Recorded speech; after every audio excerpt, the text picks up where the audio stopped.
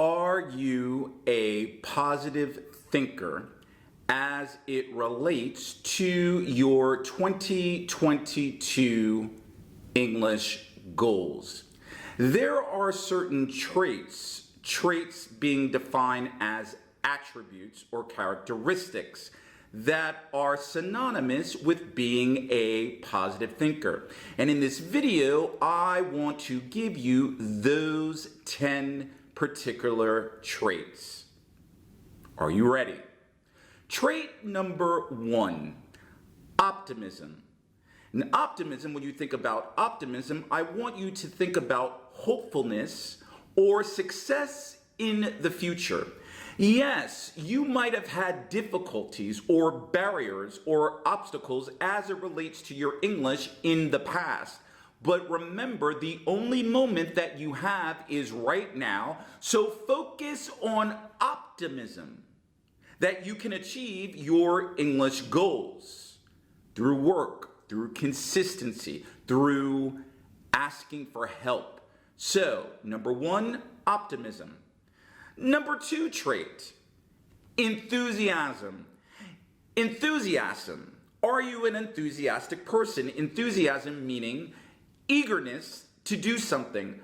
Do you have enthusiasm with respect to your English goals? To stretch the box, to learn different things, to when you're taking a course or you're looking at content, are you eager to learn, to write things down, to challenge yourself?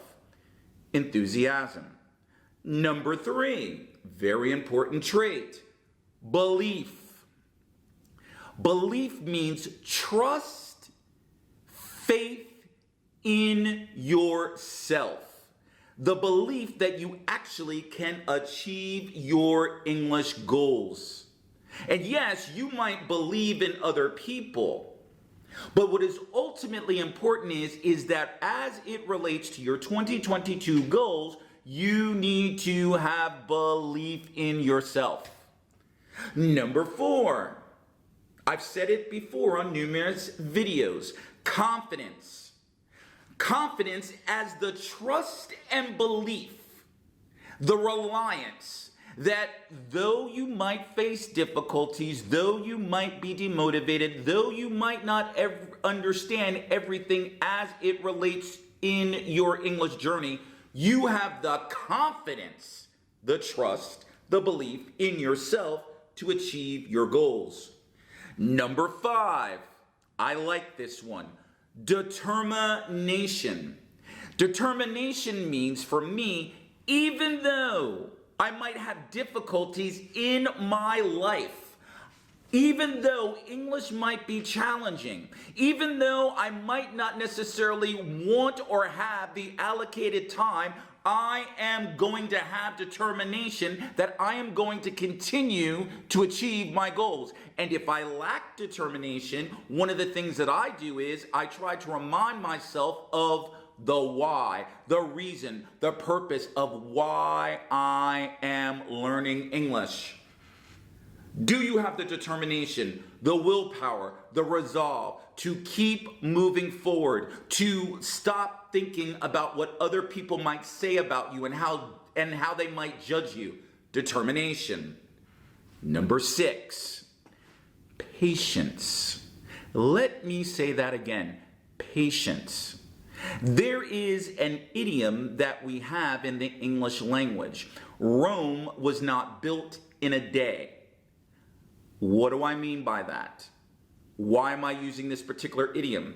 For those of you that think that you can learn everything in English in 30 days, 60 days, 6 months, that has not worked for me. It requires patience, step by step. You're not going to learn everything as it relates to the English language. Did that happen as it relates to your native language? No. Patience, keep calm, step by step, looking at your progress, developing goals, getting feedback.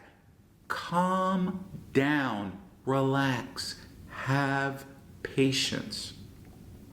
The next, which I think is very important, it kind of relates to patience, at least for me. Calmness. Be cool as a cucumber. Relax. Try not to get agitated or annoyed if you're not learning everything the way that you think that you should. Calmness, because that will develop you to have a particular routine and pattern. Number 8, word begins with letter F. Very important. Focus. Focus to me means concentration, center of attention. When you are achieving and want to achieve your English goals, what is your focus? Do you have the ability to omit, delete, eradicate those things, those people in your life that are not preventing you from achieving your English goals? So, focus. Certain ways that you can focus as it relates to your English goals. Figure out what is the best time period for you to study.